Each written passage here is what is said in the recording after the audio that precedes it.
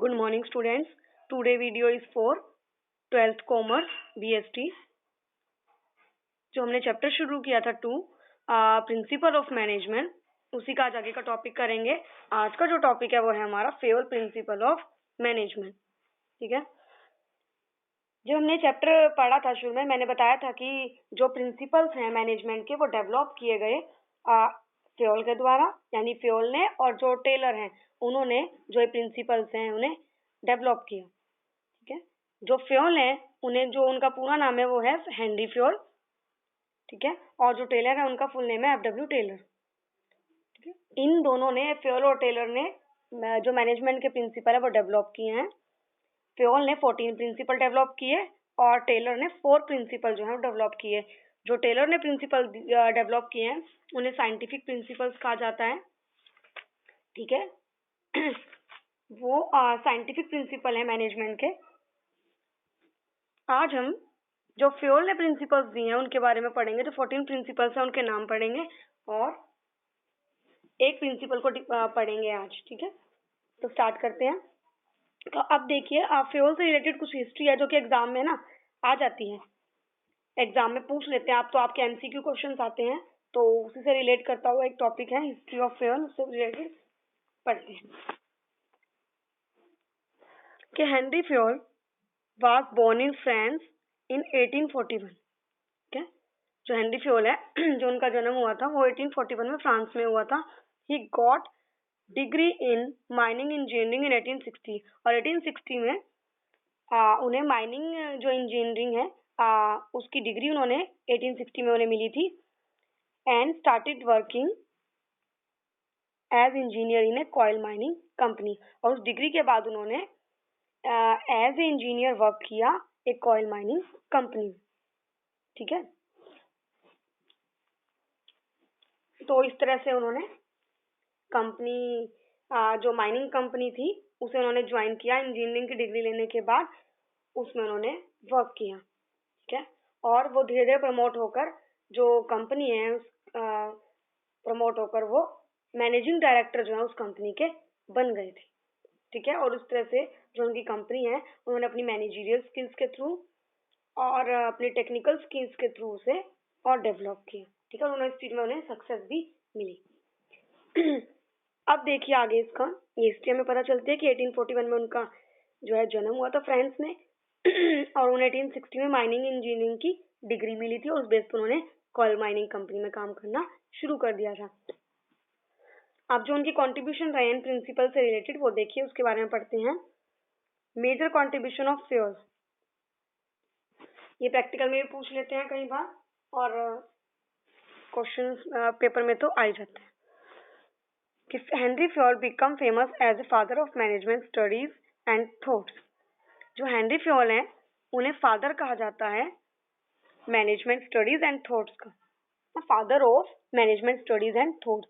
तो एग्जाम में आ सकता है आपके एमसीक्यू में कि ना किसे कहा जाता है, जो मैनेजमेंट स्टडीज और थॉट्स का फादर किसे कहा जाता है, तो वो कौन है?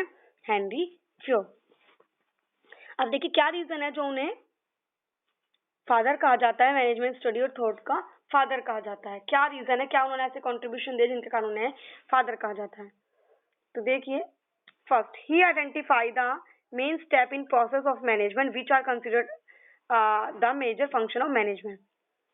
उन्होंने, जो फेवल थे, उन्होंने जो हमने मैनेजमेंट के प्रिंसिपल पढ़े थे लास्ट चैप्टर में, planning, organising, staffing, directing, controlling, तो ये जो फंक्शंस हैं इन आइडेंटिफाई किने किया कि ये मैनेजमेंट की प्रोसेस में स्टेप इंक्लूड होने चाहिए, ये इन्हें आइडेंटिफाई किया फेवल ने। ठीक है, ये जो प्रिंसिपल्स हैं, सॉरी, ये जो फंक्शंस हैं मैनेजमेंट के, ठीक है, इन्हें आइडेंटिफाई जो प्रोसेस में होने चाहिए मैनेजमेंट की, इन्हें आइडेंटिफाई किसने किया? इन्हें आइडेंटिफाई किया फेवल ने। तो इनका ये जो है मेजर, हम कह सकते हैं एक डिस्ट्रीब्यूशन था, एक मेजर उनकी डेवलपमेंट थी और कंट्रीब्यूशन था।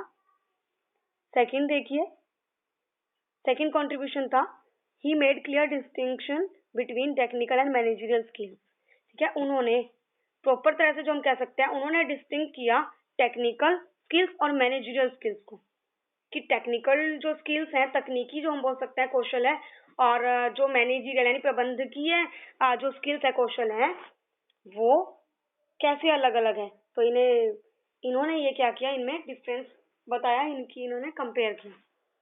Third, he develop 14 principle of management which act as guideline for manager.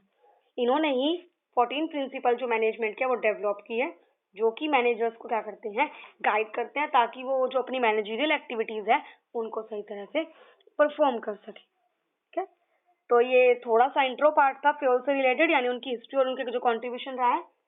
ये आपके एग्जाम में आ भी जाता है अलग से, और प्रैक्टिकल में भी पूछ लेते हैं, तो इसके बारे में आपको जानकारी होनी चाहिए। अब पढ़ते हैं हम प्रिंसिपल्स। आइए नेक्स्ट पेज पर। अब देखिए 14 प्रिंसिपल्स हैं कौन कौन से। ठीक है, प्रिंसिपल्स को पढ़ने से पहले हमें पता होना चाहिए कि फ्योल ने कौन कौन से जो है 14 प्रिंसिपल्स वो डेवलप किए। फर्स्ट जो प्रिंसिपल है वो है डिवीजन ऑफ वर्क।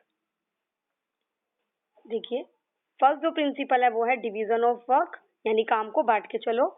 दूसरा है अथॉरिटी एंड रिस्पॉन्सिबिलिटी ना।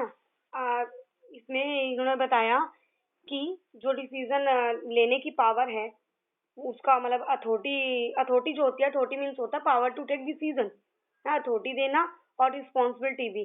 तो इस प्रिंसिपल के थ्रू उन्होंने बताया कि अथॉरिटी और रिस्पॉन्सिबिलिटी में क्या होना चाहिए, बैलेंस होना चाहिए, है ना तो किसी को ज्यादा अथॉरिटी दी जाए, ना ही किसी के ऊपर इतनी रिस्पॉन्सिबिलिटी होनी चाहिए, है ना। तो उन्होंने इस चीज को इसी में प्रिंसिपल में एक्सप्लेन किया है कि अथॉरिटी और रिस्पॉन्सिबिलिटी में बैलेंस होना चाहिए। ठीक है, नेक्स्ट जो प्रिंसिपल है वो डिसिप्लिन, कि जो वर्क किया जाए वो इन डिसिप्लिन होना चाहिए। इसमें उन्होंने बताया कि जो कोड ऑफ कंडक्ट और रूल रेगुलेशन बनी है एम्प्लॉयज के लिए एग्रीमेंट में, जो उन्होंने साइन किए हैं कि उसके अकॉर्डिंग वे क्या करें, वर्क करें, वरना अगर ऐसा नहीं होता तो उन्हें कोई ना कोई पेनल्टी वगैरह दी जाए, है ना, जो भी है, जिससे वो अपना जो वर्क है वो डिसिप्लिन में रह के करें। नेक्स्ट जो है वो है यूनिटी ऑफ कमांड, कि एक पर्सन को जो हम कहें कि ऑर्डर मिले वो एक ही जगह से मिले तो सही रहता है। अगर उसे अलग अलग जगह से ऑर्डर मिलेगा तो वो कंफ्यूज हो जाएगा ना। तो order from one boss only. ठीक है, इसमें एक आ गया इस प्रिंसिपल में। नेक्स्ट देखिए यूनिटी ऑफ डायरेक्शन, कि उन्हें इस तरह से मोटिवेट किया जाए जो एम्प्लॉयज हैं, कि वो इस तरह से मोटिवेट हो कि वो वन डायरेक्शन में काम करें। इस प्रिंसिपल के अकॉर्डिंग जितने भी डिपार्टमेंट्स हैं, मेंबर्स हैं एम्प्लॉयज ऑर्गेनाइजेशन के अंदर, उनकी डायरेक्शन क्या होनी चाहिए, वो वन डायरेक्शन में काम करे, जो कि क्या होनी चाहिए कि जो कॉमन गोल है ऑर्गेनाइजेशन का उसको अचीव किया जा सके। ठीक है, नेक्स्ट है हमारा जो है वो है subordination of individual interest to general interest. ठीक है, इस प्रिंसिपल में उन्होंने कहा कि जो इंटरेस्ट है ऑर्गेनाइजेशन का, ठीक है, वो इंडिविजुअल के इंटरेस्ट से रिलेट करता हुआ होता है और होना भी चाहिए। ठीक है, जो इंडिविजुअल इंटरेस्ट है उसके बेस पे जो एक ऑर्गेनाइजेशन का जनरल इंटरेस्ट है उसे पूरा किया जाता है। ठीक है, अगर जो इंडिविजुअल हम कहें कि इंडिविजुअल इंटरेस्ट है वो सेम डायरेक्शन में ऑर्गेनाइजेशन की, यानी कि जो ऑर्गेनाइजेशन का जनरल इंटरेस्ट है उसके सेम डायरेक्शन में है तो कोई प्रॉब्लम नहीं है। ठीक है, उनमें डिफरेंस नहीं होना चाहिए। नेक्स्ट है रेम्यूनरेशन ऑफ पर्सन, तो यानी कि फेयर रेम्यूनरेशन प्रोवाइड करना, जो जैसा वर्क कर रहा है उसके अकॉर्डिंग उसे फेयर वेजेस और सैलरीज प्रोवाइड करना। ठीक है, नेक्स्ट जो है वो है सेंट्रलाइजेशन एंड डिसेंट्रलाइजेशन, यानी कि इसमें अथॉरिटी जो होती है पावर, सेंट्रलाइजेशन में क्या होता है, सेंट्रलाइजेशन में जो अथॉरिटी होती है वो कुछ लोगों के हाथ में होते हैं लाइक टॉप लेवल, और डिसेंट्रलाइजेशन मीन्स होता है distribution of power at every level of management. यानी कि सेंट्रलाइजेशन में कुछ लोगों के हाथों में पावर होना और डिसेंट्रलाइजेशन में सबके हाथों में थोड़ी थोड़ी पावर होना। ठीक है, तो इस प्रिंसिपल में फ्योल ने कहा कि जो कंपनी है वो ना तो कम्प्लीटली सेंट्रलाइज्ड होनी चाहिए और ना ही कम्प्लीटली डिसेंट्रलाइज्ड होनी चाहिए। कंपनी में अगर हम ऑर्गेनाइजेशन में देखें उसके साइज के अकॉर्डिंग, उसके नेचर के अकॉर्डिंग हम अगर देखें तो कॉम्बिनेशन होना चाहिए सेंट्रलाइजेशन और डिसेंट्रलाइजेशन का। उन्होंने इस प्रिंसिपल में यही बताया। अगला था प्रिंसिपल ऑफ स्केलर चेन। ठीक है, इसमें इन्होंने बताया कि स्केलर चेन के थ्रू यानी कि एक प्रोसेस के थ्रू स्टेप्स के थ्रू जो इन्फॉर्मेशन है कम्युनिकेशन वो होना चाहिए। स्केलर चेन का मीन्स होता है कि लाइन ऑफ अथॉरिटी और chain of superior from highest to lowest rank, है ना। हाईएस्ट टू लोवेस्ट रैंक की बात करें तो वो चीज जो है कन्वे एक मैसेज होना चाहिए ऑर्गेनाइजेशन में, या फिर जो भी बातें होनी चाहिए वो इस तरह से इन्फॉर्मेशन पास आउट होनी चाहिए ताकि कोई भी जो बीच में चैन में जितने पर्सन है एवरी की हम कह सकते हैं कि उसको वो जो इन्फॉर्मेशन है वो कन्वे हो सके, स्किपिंग ना हो। बाकी जो हमारे प्रिंसिपल हम पढ़ रहे हैं ना हम फुल फ्लैश पढ़ेंगे तो आज मैं जनरली आपको एक लाइन में एक्सप्लेन कर रही हूँ। नेक्स्ट है प्रिंसिपल ऑफ ऑर्डर, है ना। इन दिस प्रिंसिपल के अकॉर्डिंग अगर हम देखें कि जो वर्क है वो क्या हो, वो एक प्रॉपर ऑर्डर में होना चाहिए। ठीक है, ऑर्डर का मतलब इसमें कमांड नहीं बताया गया कि कमांड, ये ऑर्डर जो बताता है वो बताता है कि arrangement of man and material. ठीक है, कि जो मैनेजमेंट है हम बात करें मैन और मटेरियल का जो अरेंजमेंट है वो ऑर्डरली फॉर्म में हो, है ना। हर चीज फिक्स प्लेस पे, ऑर्डर का मतलब इसमें बताया गया है कि फिक्स प्लेस। ठीक है, जो मटेरियल है और जो भी थिंग्स है कोई भी चीजें ऑर्गेनाइजेशन के अंदर है वो फिक्स प्लेस पर होनी चाहिए।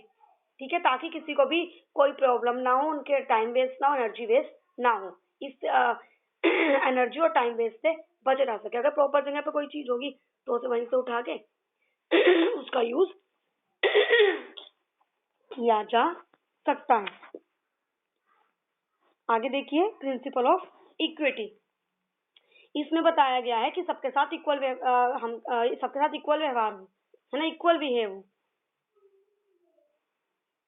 इस तरह के मतलब किसी के साथ बाइजनेस ना हो। ठीक है, एम्प्लॉयज के साथ सबको एक तरह से डील किया जाए। ये नहीं कहते कि पोस्ट के अकॉर्डिंग सबको एक जैसा डील किया जाए। ठीक है, जो जिसके लिए बनता है वो उसको उस चीज से उसको आंका जाए और उसी के बराबर उसे माना जाए, है ना। ये नहीं कि किसी के रिलीजन के हम बेस पे कहें या फिर सेक्स बेस पर या फिर लैंग्वेज बेस पर उसके साथ कोई भी इनइक्वलिटी हो, ना, कोई भी डिस्क्रिमिनेशन ना हो उनके साथ। इसमें आप एग्जांपल ले सकते हो कि जैसे कि जेंट्स एंड लेडीज, है ना, जो वर्क करते हैं एम्प्लॉयज में उनके साथ कोई भी इस तरह से ना हो कि अगर वो लेडीज है तो उनको कम पे किया जाए, जेंट्स है तो उन्हें अधिक पे किया जाए। तो ये प्रिंसिपल ऑफ इक्विटी के अकॉर्डिंग उन्होंने कहा इक्वलिटी रखना। Next stability of tenure of personal इसमें कहा एम्प्लॉयज। इसमें इस प्रिंसिपल उन्होंने कहा कि जो एम्प्लॉयज है उन्हें टिका के रखना, है ना, उनकी जो स्टेबिलिटी है वो बनी रहे। इस तरह से उन्हें फैसिलिटी प्रोवाइड करना कि जो एम्प्लॉयज हैं वो एक प्लेस को छोड़कर दूसरे प्लेस पर ना जाएं, है ना, उन्हें फीलिंग ना हो, इनसिक्योरिटी फील ना हो। ठीक है, नेक्स्ट आता है इनिशिएटिव, यानी कि एम्प्लॉयज अगर कोई आइडिया वगैरह दे रहे हैं तो उनके आइडियाज को उनके सजेशंस को भी सुनना। ठीक है, उन्हें भी इनिशिएटिव देना कि वो भी जो मैनेजमेंट में कुछ डिसीजन लिए जाए उसमें वो थोड़ा सा अपना सजेशन और आइडिया प्रोवाइड कर सके। इससे वो सेटिस्फाइड होंगे।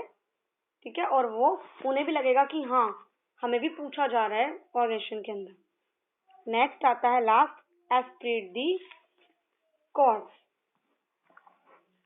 इसमें बताया गया है, हमने पहले भी पढ़ा था थोड़ा सा, मैंने जब एक एग्जांपल भी दिए थे आपको जब हम इम्पोर्टेंस पढ़ रहे थे मैं प्रिंसिपल ऑफ मैनेजमेंट की। तो एस्पिरिट दी कॉर्प्स का मतलब होता है एज अ टीम काम करना, है ना। ये जो प्रिंसिपल है ये रिप्लेस करता है आई को वी के साथ, कि मैं की बजाय हम, यानी सब मिलके काम करें। अगर किसी ग्रुप ऑफ एम्प्लॉयज में से किसी एम्प्लॉय से कोई प्रॉब्लम हो रही है तो जितने उस ग्रुप में मेंबर थे उस पर्सन को उस एम्प्लॉयज को छोड़ के बाकी जो पर्सन है वो अपने ऐसी यूनिट में काम करें, ऐसी यूनिटी स्पीड टीम स्पीड में काम करें कि उस काम को जितना टाइम में कहा गया था वो कवर कर ले। ठीक है, यानी कि उस अकेले पर्सन को अगर कमी है तो जितने उसमें एम्प्लॉयज हैं वो उस ग्रुप में उस वर्क को वो मिलके कंप्लीट करें, कि आई की बजाय वही सोच के वो चले कि मैं की बजाय उनमें हम हूँ, कि हम काम करें, इस चीज को पूरा करें।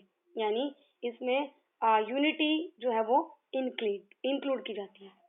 तो ये थे 14 प्रिंसिपल्स तो आज हम थोड़ा सा जो फर्स्ट प्रिंसिपल है डिवीजन ऑफ वर्क उसके बारे में पढ़ेंगे। देखिए, इस प्रिंसिपल मैंने अभी ऊपर एक्सप्लेन किया था, तो इसलिए मैं इसमें से आपको जो नोट्स है इन्हीं के अकॉर्डिंग देखते हैं। देखिए, according to this principle the whole work must be divided into small task और यूनिट। इस प्रिंसिपल के अकॉर्डिंग फ्योल ने क्या कहा, उन्होंने कहा कि जो पूरा का पूरा वर्क है उसे स्मॉल टास्क में यानी छोटे छोटे काम में, छोटे छोटे यूनिट्स में बांट दिया जाए, है ना।